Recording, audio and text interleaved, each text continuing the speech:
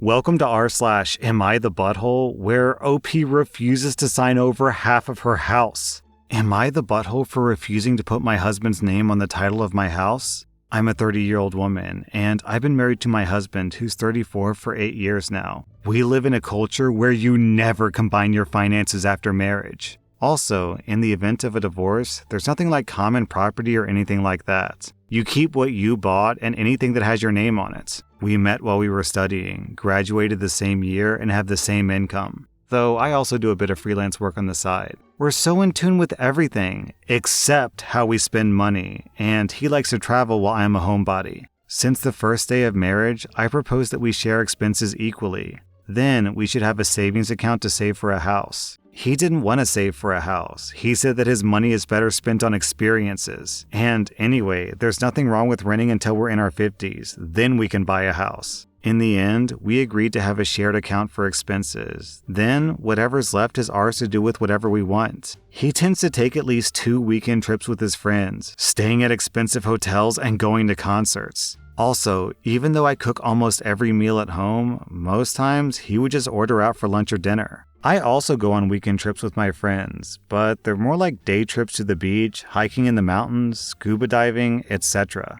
Each of my trips costs less than 1/10 of what his trips do. Well, I've been saving for all of our 8 years together, and now I'm about to close on a small apartment and pay it in full. No interest or monthly payments. The plan is to live there and save what I'm used to saving, plus whatever I used to spend on rent, and then buy a bigger house and rent out this apartment for extra income. And now, my husband wants me to add his name to the deed. I flat out told him no, he didn't want to save, he didn't put a cent towards this house, so his name does not go on the deed. I also told him that I plan to buy a bigger house, and now he doesn't even have to pay rent. So he can save up money and put in half towards the next house. Then he can have his name on the deed of the house. Well, he called me a butthole, said that this isn't what it means to be married, and took some days off to go on a trip to cool off. I don't think that I'm the butthole, but I also tend to be stubborn when it comes to what I perceive as financial irresponsibility. So, am I the butthole? Nah, OP, this is super simple. If he wants half the house, he can pay for half the house. If he wants to pay for 0% of the house, then he gets 0% equity. It's super easy. Basically, what your husband is saying is he gets to spend 100% of his money on himself, whereas you only get to spend 50% of your money on yourself and 50% on him. OP, you get 0 out of 5 buttholes. I'm giving your husband 2 out of 5 buttholes. Am I the butthole for highlighting that my wife sabotages her daughters? Her daughters are 11 and 13. I've noticed her telling them the wrong information at times, or missing out crucial information from instructions, and I believe it's to make them fail. I noticed this pattern, and I began to watch for it. For example, they have afro hair, and she insists on brushing out all their knots when their hair is dry before they get in the shower. They sit silently, but they have pain across their faces as she tugs at the knots. I mentioned this at work, and one of my colleagues said that her daughter should brush her hair when it's wet with conditioner because the knots will just slide out. I noticed that my wife does this to her hair, but still insists that her daughters sit and get their hair brushed out. One of her daughters wanted to bake a cake, and my wife laughed at me afterwards because she said that she missed a crucial step in the recipe, and her daughter was upset when she failed. It really bothered me because it seemed to give my wife a sense of satisfaction to leave her daughter to struggle and watch her fail. One of her daughters didn't like one of the dishes that my wife had cooked.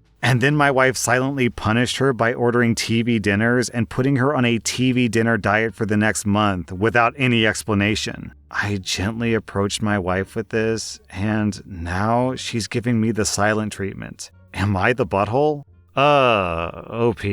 The title says, Am I the butthole for highlighting that my wife sabotages her daughters? Sabotage isn't the word that I would use here. More like abuses her daughters. What she's doing isn't cute, it's not funny, it's not even forgivable. It's literal child abuse. I don't understand. Are these your stepdaughters? Why do you keep saying her daughters? OP, you gotta stand up for these girls. I'm giving your wife 4 out of 5 buttholes. And I'm giving OP question mark out of 5 buttholes because I feel like I'm missing some really important details here that would change the rating. Am I the butthole for refusing to return my neighbor's special binoculars unless his wife comes to get them? I'm a 28-year-old woman and I recently moved into a new neighborhood. All my neighbors are lovely, except for my next-door neighbor, bless his heart. He's married and has 2 kids. I noticed that he's been looking at my house for a while now. So far, I've caught him doing it twice. He had his binoculars with him, and it seemed that he was looking in my living room.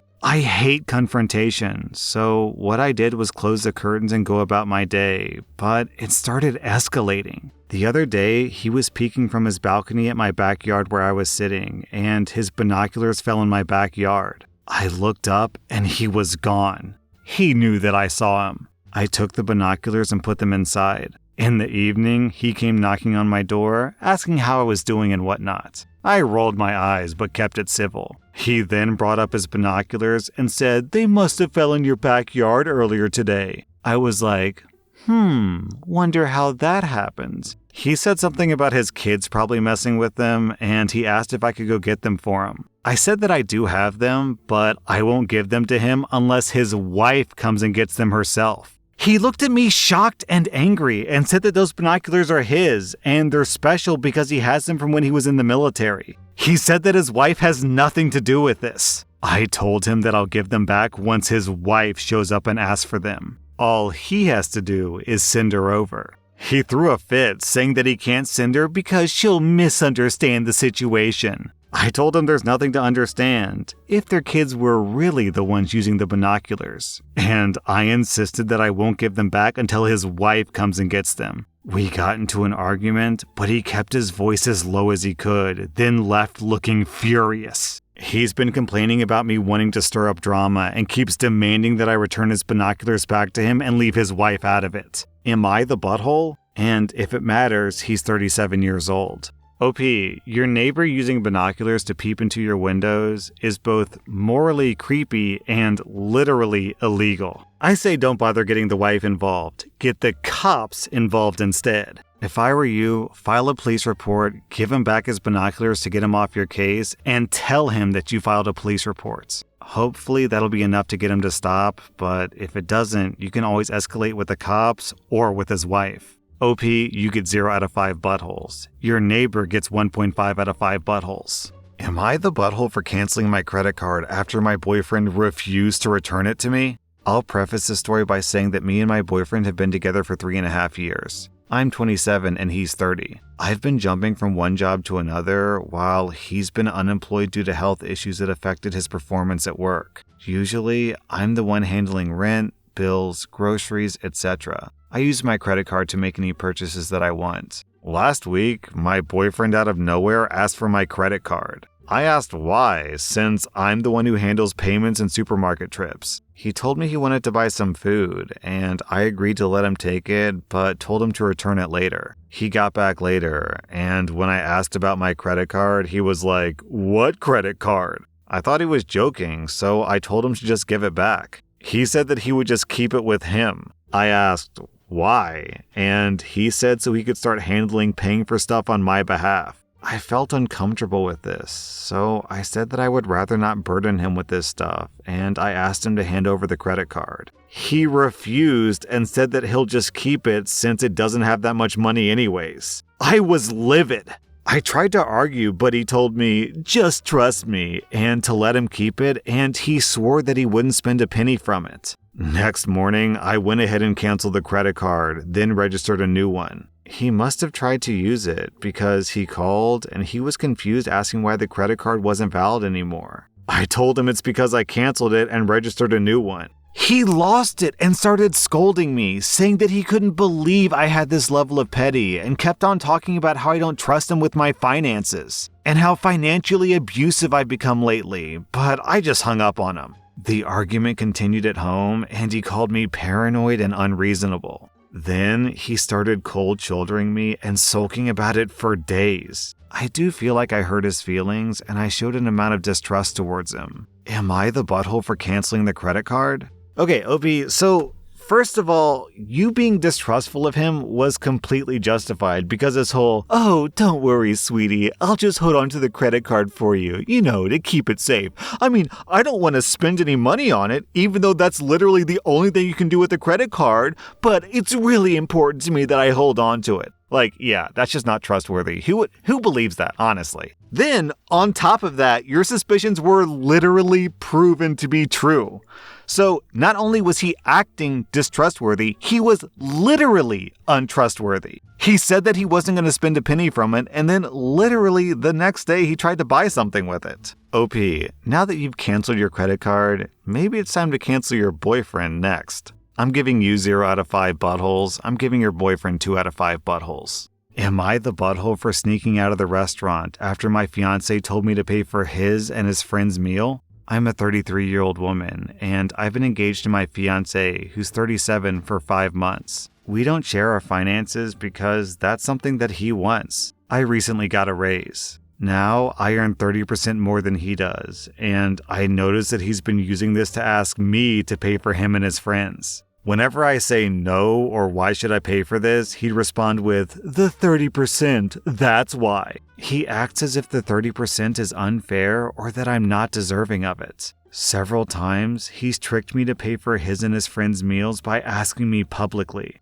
Like, he'll say that I'm too nice to say no. I hate confrontation, especially when we're in public places like a restaurant, so I just grin and pay. Last Tuesday, he asked me to join him and his buddies for dinner. I told him from the start that I was not paying for their food and he shouldn't expect me to. He said that he got this and no worries. We got to the restaurant, met his friends, and ordered food. In the middle of the meal, he leaned in and whispered that I would be paying for everything that he and his friends ordered. I got so mad and I whispered back no, but he probably relied on me not causing a scene in public in front of his friends. He said, you have enough money, you could pay for everyone's food. 30%, remember? I was fuming inside. Instead of reacting negatively and losing my temper, I waited for the bills to arrive. I paid for my part of the bill, then I excused myself to the restroom. Then I snuck out from there, got into my car, and went home. I started getting phone calls from my fiancé, then texts asking where I was. I texted back saying that I didn't appreciate how he put me in this situation and basically tricked me into paying for his and his friends' food. I told him that I went home and then stopped replying.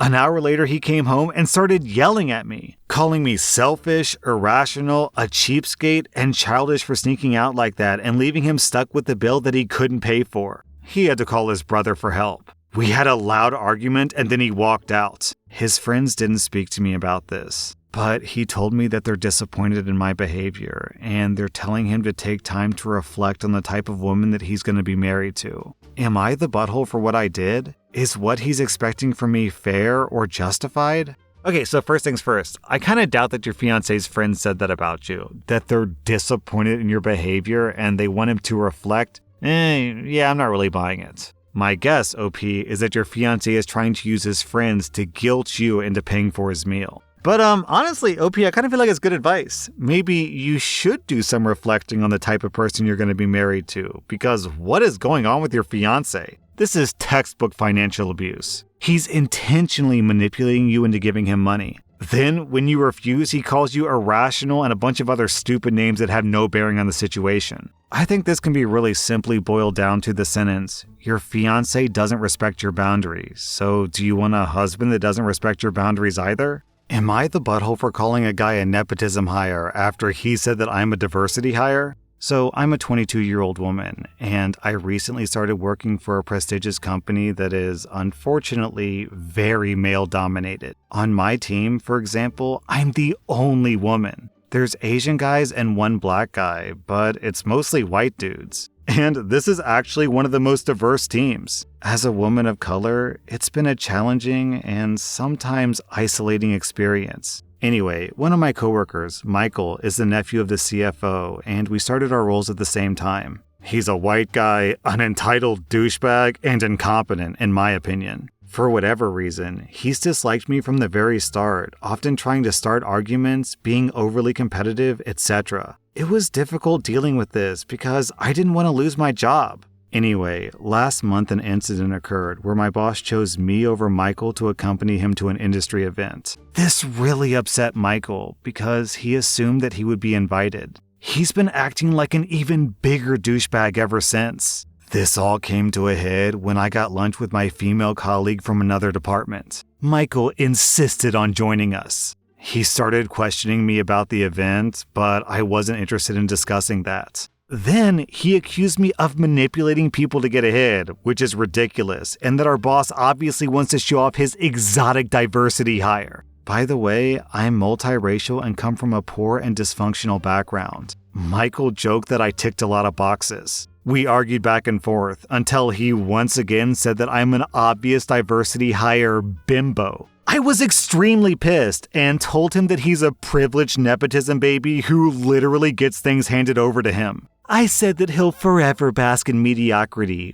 blissfully unaware of how utterly incompetent he truly is. I also told him that nobody will ever say that to his face, so he should be happy that I'm doing him a favor. I said this knowing full well that I would lose my job in the worst case scenario. Our colleague gasped and told me to apologize to Michael, who looked taken aback and confused more than anything. However, I didn't apologize and just left. Later on, Michael told me that what I said was effed up and crossed the line. He claimed that he didn't insult me and that I took it way too far. Then he said that I'm lucky that he's choosing not to report this. Am I the butthole in this situation? OP, Michael's not reporting it because he's too embarrassed to. Because he knows that if he reports you, then you can report him, and unfortunately for Michael, you've got a witness. I mean, yeah, what you said was pretty harsh, but honestly, you're just giving him the exact same energy he was giving you. I don't see the problem here. Poor little entitled rich boy got his feelings hurt because everyone isn't running around sucking his dick because his uncle's the CFO. Whatever, man. OP, you get 0 out of 5 buttholes. Captain Whiny Pants over there gets 1.5 out of 5 buttholes. That was rSlash Butthole, and if you like this content, check out my podcast where I publish the exact same episodes. Also, hit that subscribe button because I put out new Reddit videos every single day.